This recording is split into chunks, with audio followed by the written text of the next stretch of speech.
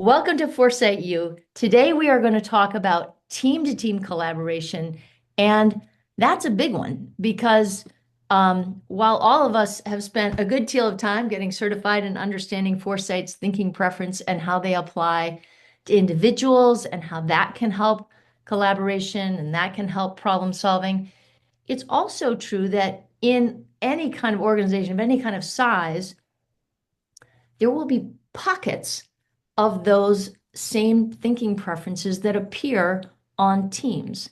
And when individuals are attuned to it, that can be helpful. But it's even more helpful when whole teams are tuned into the fact that they may have a problem-solving preference that influences the way they approach challenges. So I thought we'd start with a kind of a funny slide. Can you guys see my slides? Yes. Kind of a funny slide just to sort of prove, in fact, that people see the same thing in very different ways. We have a how to define your product slide where the R&D person is like, yeah, it's a full-fat yogurt in a 2.25-ounce tube, whereas the agency guy says it's a benign rebellion, and so on and so on.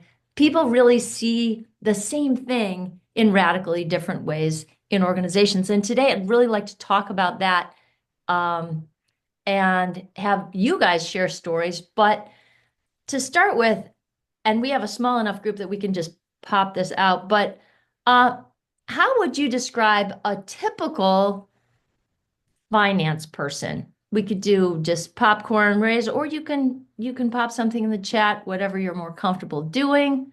But thoughts on that? Ken, you're off mute. You get to start. Typical finance person? Costs too much. Can't Cost afford too much. Nice. Carol, you're off mute. What would you say? Yeah, Oh, what I would Oh, we have say, a Carol, Carolyn Carol. and Carolyn. I'm sorry. How about we'll start with Carol and then go to Carolyn? Sounds good. okay, okay. I think a typical finance person only knows how to talk about numbers. Okay, Carolyn. Analytical, critical to the point. So maybe a little bit of developer clarifier.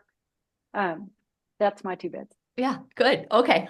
So very different than maybe a salesperson. And how might you describe a salesperson who'd be up for the challenge? Kim. In my experience, most of the sales teams that I have used Foresight with, they're heavy on implementation. Amy, you took yourself off mute. To say outgoing, personable, sometimes. Exactly. All right. So, what about engineering? Same as salespeople or a little different? Martha's shaking her head. I'm thinking she's got a different opinion. Many of them might be developers or at least think they're developers. Yeah. And how does that show up like as a personality thing? They're looking here and now, but in the future, and they always come across as critical. So Yes. And also highly into the weeds, the features and the facets of whatever it is. I mean, it's really a true tell sign. So Highly into the weeds. I experienced that just this morning. Yes, highly. And what about innovators? Laverne, you are smiling. How would you characterize innovators? Are they like the engineers or different?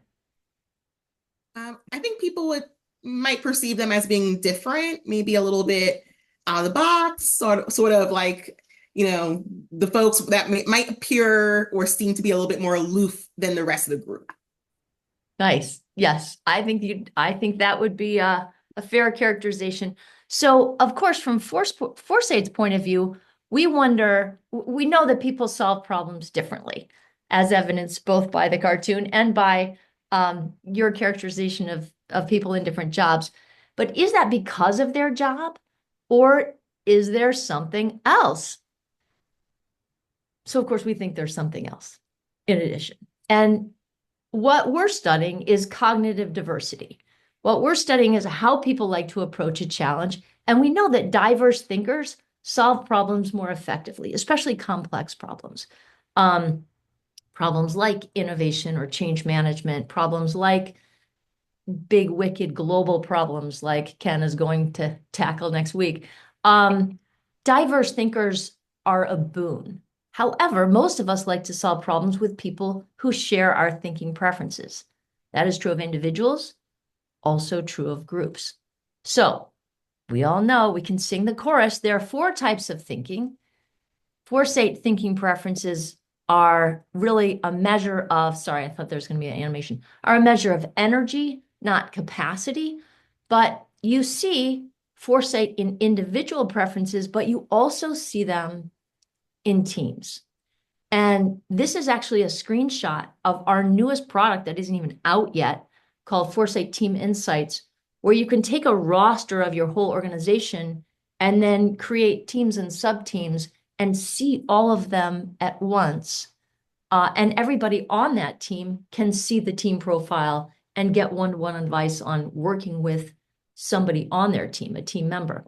But what's particularly cool about this and the sort of unexpected benefit of this new tool is that when you aggregate the team profiles, you can really see some of the fracture points in an organization. I don't know how tiny the type is coming across or if you can read it, but where the overall team has, some presence in every thinking preference, although a bit low here on Clarify, the finance team, as predicted by our brilliant certified facilitators, huge amount of energy on Clarify and Develop. Yay, Carolyn. Whereas the innovation team, a lot of energy for ideation. The IT team, you guys already know it. Energy for Develop. The sales team, real strong in Implement, R&D. They're all really different. So the question is, like, how does one deal with this fact in organizations? I mean, these are sample teams. This is not real data. So we're not, we purposely exaggerated some of those results. But the truth is, those are the types of results we see. Now you get a quiz. So this is a pop quiz. I'm afraid we're going to ace it because we kind of already went there.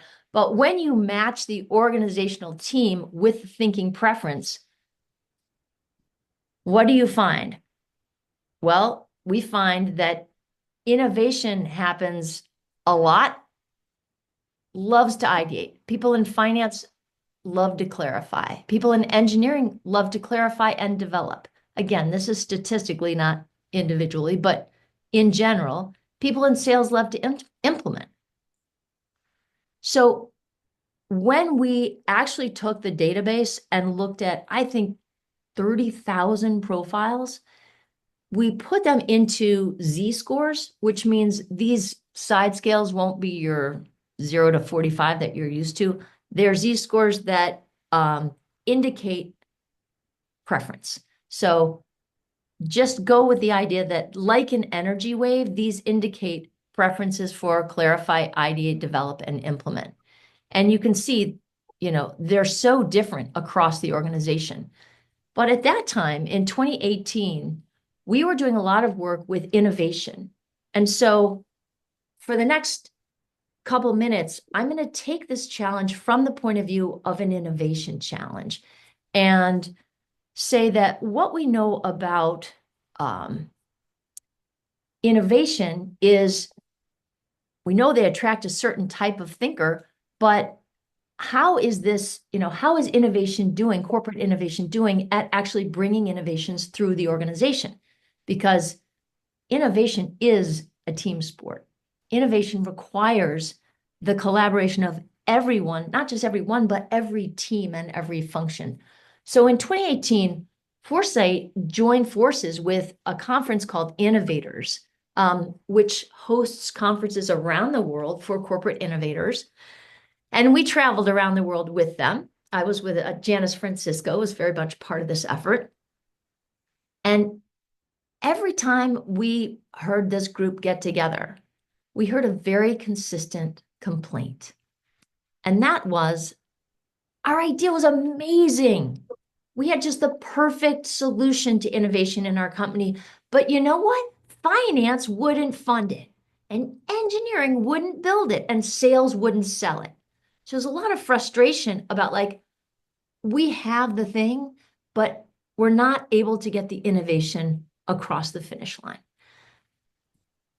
So sure enough, they were not exaggerating the problem. In HBR, in the Harvard Business Review in 2019, there's an article about how successful are these innovation efforts in organizations. How are they doing? How much are they producing? And according to a report, the vast majority of innovation labs, up to 90%, one expert says, fail to deliver on their promise. So the same article said that a typical innovation team lacks three things. They lack alignment with the business. Their idea just isn't what the business is trying to do. They lack metrics to track success, and they lack balance on the team itself. Interesting. So we thought, well, we don't have actual data on who corporate innovators are. We know who these other teams are, but we don't know.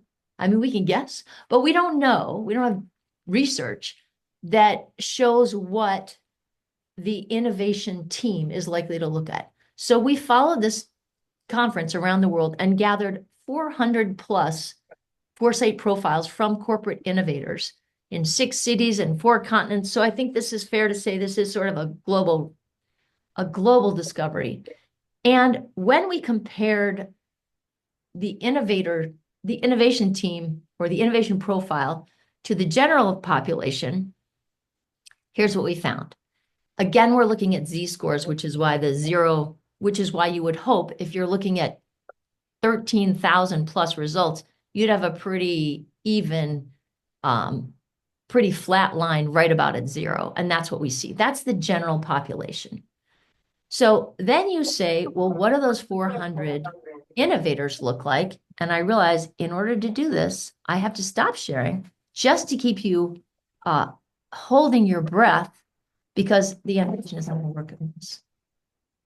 I share this way. All right. I'm back.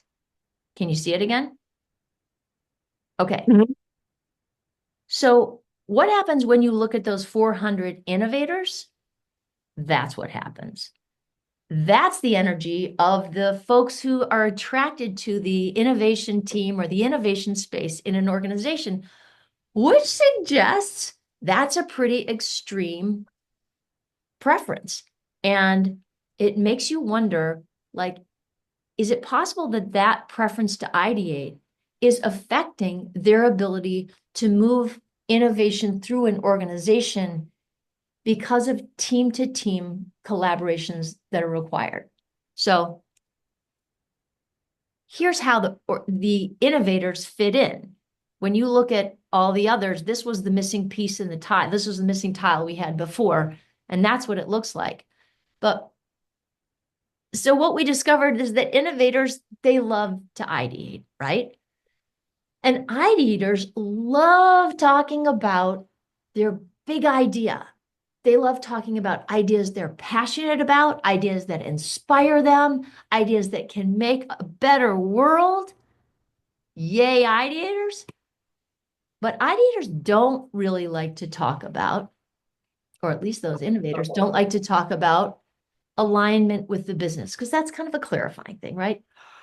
Kind of not their thing. They really are not so interested in the metrics because, oof, that's just a big headache. That's kind of the developer thing, not our business. And they don't like balance on the team because all these other people are such downers about talking about their big idea. So you can imagine that an innovation team that thinks like that is shooting itself in the foot, and that the people in an organization that are going to love that team and support that team because they just get how they think are people who share that preference to ideate, people who are in consulting or in advertising or in design. Those are sort of folks who have a natural affinity for those big thinkers in the innovation department. Who does not love the innovators in the organization? Yeah, well, that's all the people in finance and all the people in operations and all the people in engineering, the people who have to fund it and build it and engineer it and code it and sell it.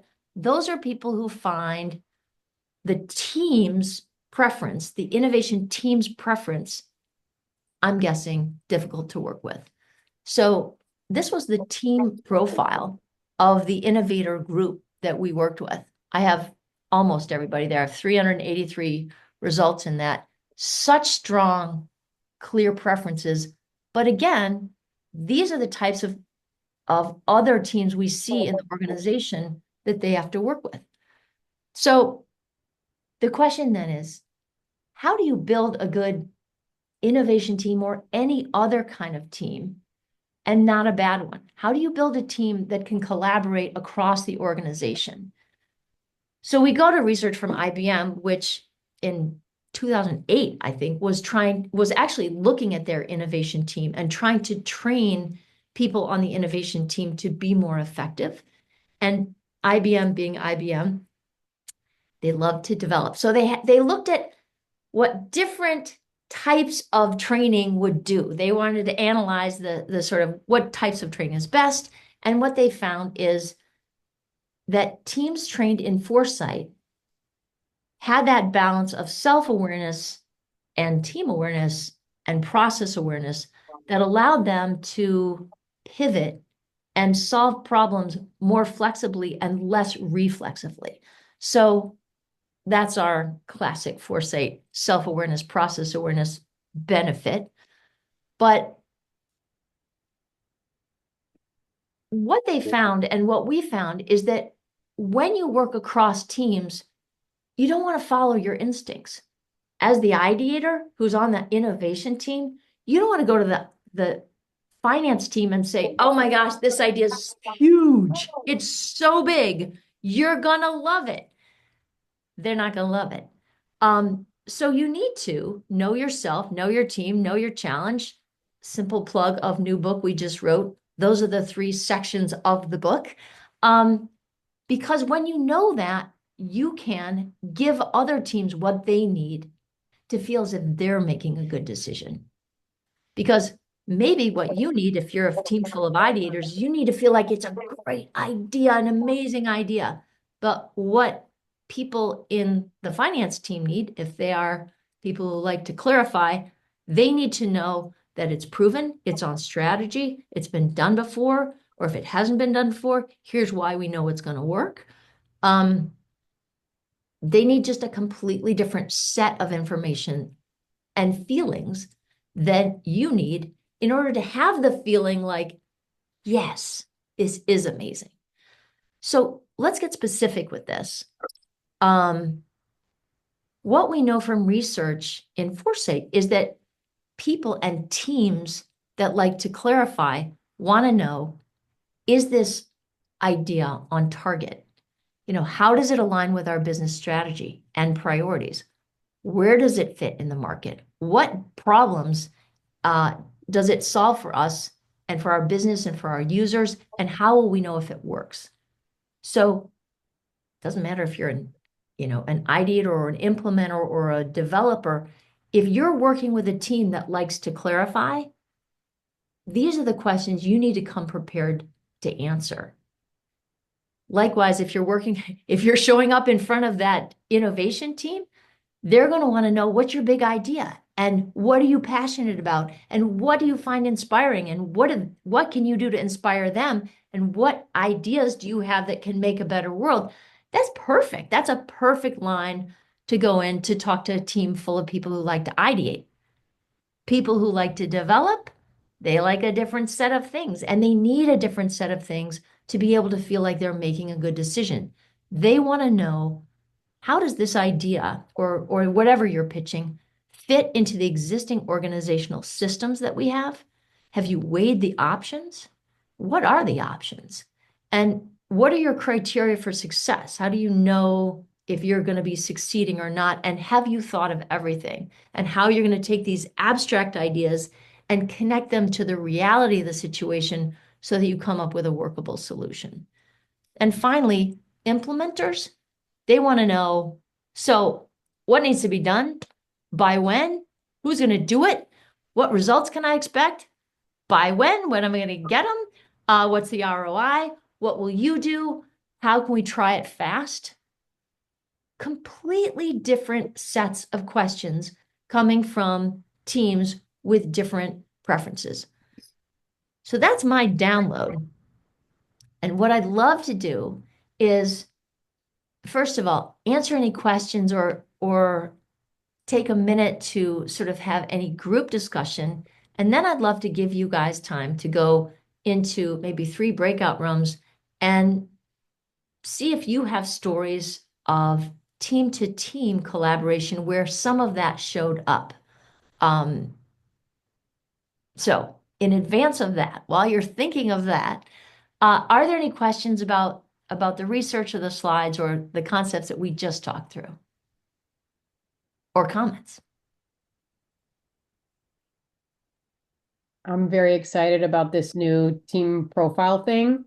I just worked with a client recently, a couple months ago, and I did all of that manually for every single team. So I'm very excited to have it integrated. It is a cool thing. Of course, I get to go on and mess around with it early, and just worked with a group at the University of Kansas, the Civil Rights and Title IX office. Okay. And they had 20 people, and they just merged 2 teams, one of who does civil rights, one does Title IX. So they were really different. And the overall team was a very balanced team. But when you started pulling these sub teams apart, they were super different. And, the insights that emerge from that and from comparing not just person to person, but team to team is really valuable. I'm so excited that we're coming out with that. So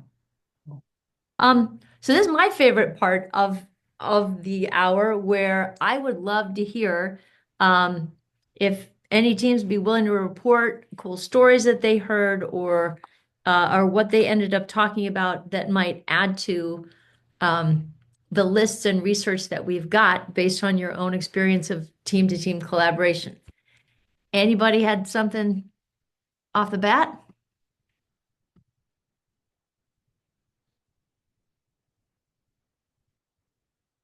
Kelly, you look like you were thinking about something that you could maybe share out. I'm always thinking. I know that, you Sarah. are. We actually had some pretty interesting conversations sharing, ideas and stories and things. But I think we're all, foodies because we love the idea, the metaphor of a kitchen and using, foresight as a spice. And one of the things, it's not a complete solution, but it's one of the things that you can add to trigger many other things. So you're the ultimate spice. You're the allspice in the kitchen. How do you like that? The Old Spice? I don't know if I'm going to go for Old Spice, but I I love said the idea. allspice, not Old And I Spice. also think you're right. I mean, this isn't it. This isn't the alpha and omega of how it all works, but it sure does help, I think. Yeah, sure makes things go down more deliciously. Is that what you're getting at again? Very good. We're all foodies. Very cool. Laverne, you were clearly telling some story that caught Mark's attention. What was it that you were sharing? So I was sharing that where I'm currently applying Foresight is actually a government organization working with other government organizations where we have a different mission set. However, there are some equities, even though the mission set is different. And in this particular situation, we have 3 teams in the administration that's like acting as a mediator of sorts because one of the agencies has left the table, so to speak. They have walked away. They don't feel like the rest of the group understands their mission, their challenges, things of that nature. What I'm helping the project leads do that are internal to my organization is understand the self-awareness and process awareness. I've made some observations where they've invited me to their meetings. They've taken the assessment. So I've shared some feedback and asked them, what are they observing from the group? And so we're applying Foresight in that way. I have not had an opportunity to even talk to the other organizations about Foresight. So I don't know what their profiles are. some of us are sort of guessing based on where we see their energies lie during the meetings. And we're like, oh, okay, I noticed this. Those are kind of giving us cues on how we can approach the different members of the organization, and not only how we can approach them, but also what's the best, right? Like there's certain members where I'm like, oh, I'm a high ideator. And I'm just like, I can talk to that person forever. We're just, great conversation. And people are like, okay, don't know why they thought that was so great, but I know why. I'm like, because we were both ideating and we love it. Anyway, I thought that this session was very timely because I know that I can help the group by allowing them to have time to process not only what their profile is, but sort of be aware of how they can apply like the process awareness to the group.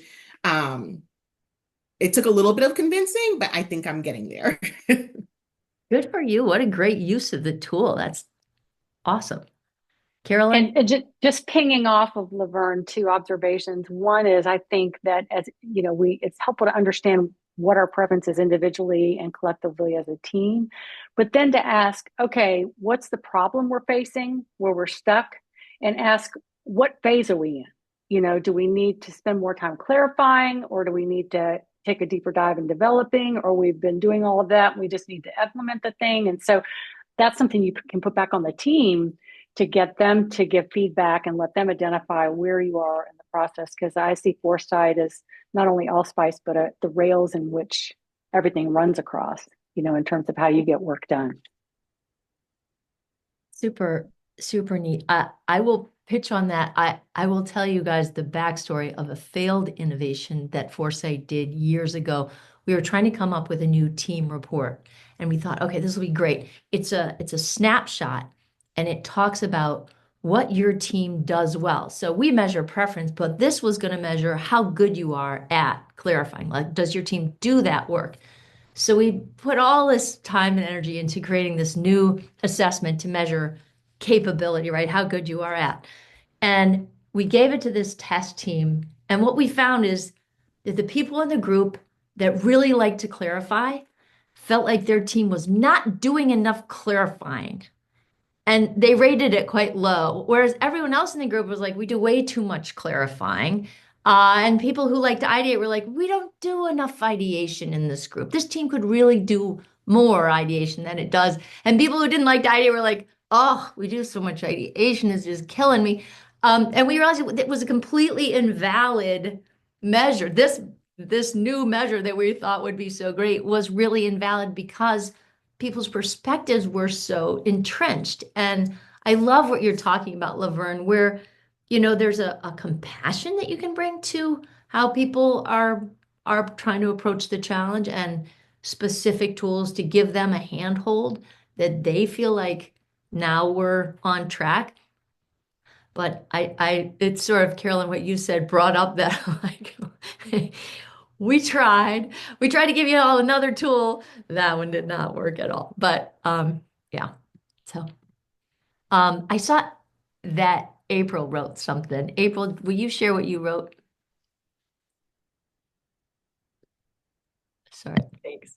Yeah, I was just thinking as I'm multilingual person, and I've had to do a lot of translations from team to team in the roles I've been in. So one of the things that occurred to me is how FourSight could, very much be something that helps you translate to the language that the team speaks and kind of understand how they're thinking about it. What a cool analogy. That is really neat. I love that. Thank you for that. Mark, you've taken yourself off mute, which always gives me a sign. Yeah, one of the things, I had an incident because I do the kind of old build something out of a box. I still use that, love it. My students love it. And I had this one team, I don't get enough students in my class to put them all into teams with their high preference. But what I find is it's way more instructive a lot of cases to actually group them by low preferences than high preferences. You get way more hilarious results. And one team, for example, I put them together all as low ideators. And they were a mix on everything else, right? And I was watching this team, and when it came to the ideation part, one person who came up with an idea, and everyone just kind of went, "Yeah, okay, yeah, let's go with that." And that was the whole ideation phase for them, right? And at the end, they swore that they had fully done the ideation phase. And the person who came up with that one idea says, "I don't believe my profile because I'm always coming up with ideas." And I said, "Yeah, and as long as everyone else takes the first idea you have, you're totally happy to move on." And she kind of sheepishly said, "Yeah." And I think that in looking at profiles, I actually find it oftentimes more instructive to see where teams mismatch on the low side of things rather than the high side of things. Because they kind of are used to other people telling them to, like, okay, we've had enough ideas now, but they're not used to people forcing them to keep going when they don't want to. Totally makes sense. I love that. That's a wonderful, it makes me want to try that in my next session to do teams by low preference, or at least one. I think that's super interesting. Kim, I would love to toss it to you.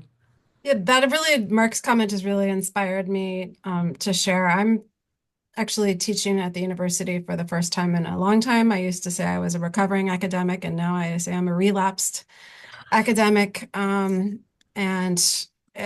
I decided to, and I'm teaching creative problem solving. I used the FourSight assessment for the students, and each of them are in a small group that's doing a tool demo. So they have to demo in class a tool. And I decided to take that same approach that Mark did, and I grouped them by low preference so that they could learn a tool that would support them in an area of their low preference. And it's been really interesting. Because of the hurricanes, plural, I've missed a couple of classes, not because I missed them, but because the university is closed down.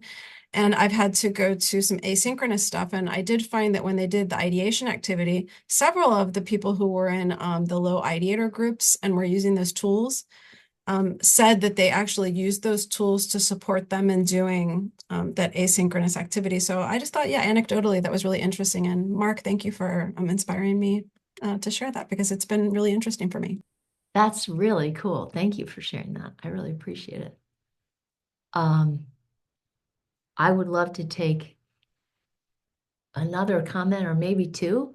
And to be honest, I've got to close up in 3 minutes, but this has just been such a fun conversation. And I wonder, did anybody come up with additional thoughts of things they think we should add to the research or the recommendations of how to work with certain teams? If so, don't be shy about putting that stuff, either sharing it directly with me or sharing it with a group or putting it in chat.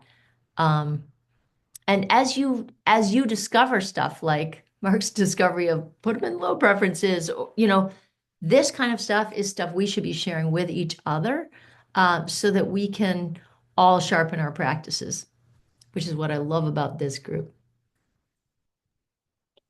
Any other fine? Yeah, Amy. Question is, when is this new rollout happening? Is this available? So this tool is called Team Insights. And actually, one of the things that's cool about it, Kim, is that it shows you the group profile of every team, but it also gives you access to the tool libraries because it gives you team advice. So it's like your team loves to clarify and implement, but you really don't have a lot of energy. You may lose energy when you ideate and develop. Here are tools for that. So it is making the connection between low preference and tools. And it's also making a connection between one-on-one advice to help people sort of emotionally read, like, hey, that developer is not trying to pick you to pieces. That's just the way they engage in process. And so we're super excited about it. Anybody who would like to get like a demo, we'll bring it to FourSight U when it's sort of closer to fully baked. But anybody who's interested in like a preview or a demo, just send me an email and I would love to show you. Touring people through is one of my favorite current hobbies. So don't be shy. And yeah, we'll definitely come out with a sort of official rollout and way to onboard folks to use it because it will be available for resellers as well as for certified users of every ilk. So Yeah, do you have a timeline or an idea? January 15th is coming up. Oh, sweet. All right, great, thanks. Yeah, for sure. And thank you all for this conversation. I think it's something we don't do enough of, talking about sort of what levels you can work with FourSight. And this is a great group of thinkers to do that work with. So I appreciate your coming on board. Thanks all. See you next FourSight U.